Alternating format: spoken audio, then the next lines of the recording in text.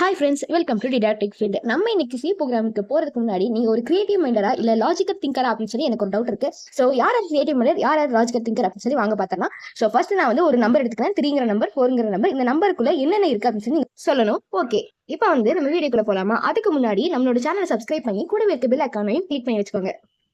So இன்னைக்கான topic என்ன அப்படின்னு சொல்லி பார்த்தீங்கன்னா ரொம்ப ஸ்பெசிஃபிக்கான டாபிக், அதுவுமே ஈஸியான topic. To find data type and format specifier. அதாவது இப்போ ஒரு சில நம்பர்ஸ் எழுதுற positive number, negative number, decimal point number, decimal கட்டது ஒரு நம்பர், நெக்ஸ்ட் டெசிமல் கட்டு நிறைய நம்பர் இருக்கிற மாதிரி, அது கட்டது 6ங்கிற ஒரு ஆல்பபெட் நம்பர். ஒவ்வொரு ஊருக்குமே ஒவ்வொரு பேர் இருக்கிற மாதிரி இந்த நம்பர்ஸுக்கெல்லாம் ஒரு பேர் இருக்கு. அதை தான் வந்து டேட்டா டைப் அப்படின்னு சொல்லுவாங்க. 1 -1 நம்மளுக்கு ஏற்கனவே தெரியும், அது இன்டீஜர். இதுவே பாயிண்ட் டெசிமல் கட்டது, டெசிமல் நம்பர் கட்டது ஒரு நம்பர் இருந்தால் அது ஃப்ளோட். இதுவே டெசிமல் கட்டது நிறைய நம்பர் இருந்துச்சு அப்படின்னா டபுள் ஃப்ளோட் அப்படின்னு சொல்லுவாங்க. அதுக்கு அடுத்து 6ங்கிற ஆல்பபெட். இது ஆல்பபெட் சொல்லக்கூடாது, இது கேரக்டர். சி ப்ரோக்ராமிங்ல நான் சொல்லிட்டு இருக்கேன், இது கேரக்டர். ஓகேவா? ஸோ இன்டீஜர் பார்த்தாச்சு, ஃப்ளோட் பார்த்தா. இன்டீஜர்னா பிளஸ் மைனஸ், ஃப்ளோட்னா பாயிண்ட் அடுத்தது.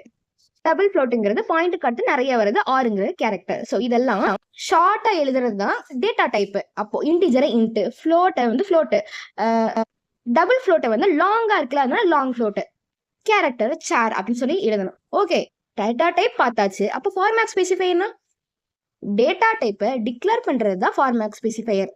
பாசிட்டிவ் நெகட்டிவ் நம்பரா இருந்தா இன்டீஜர், அது இன்டீஜர் எப்படின்னு சொல்லி டிக்ளேர் பண்ணுவாங்கன்னா %d அப்படின்னு சொல்லி டிக்ளேர் பண்ணுவாங்க. ஃப்ளோட்டை வந்து %f, அதாவது டெசிமல் பாயிண்ட்ல ஒரு நம்பர் இருந்தா. இதுவே டெசிமல் பாயிண்ட்ல நிறைய நம்பர் இருந்தா லாங் ஃப்ளோட், கேரக்டரை %c.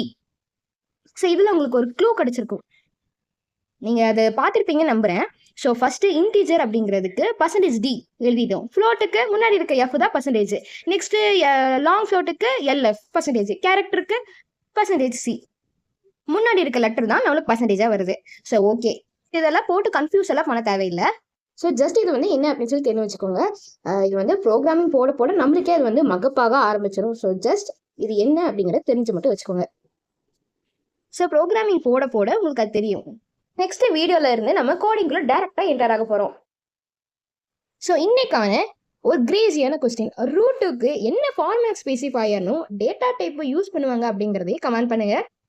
பார்க்கலாம் எத்தனை பேர் இதுக்கு ஆன்சர் தெரியுது அப்படின்னு. சாட் ஜிபிடி யூஸ் பண்ணாம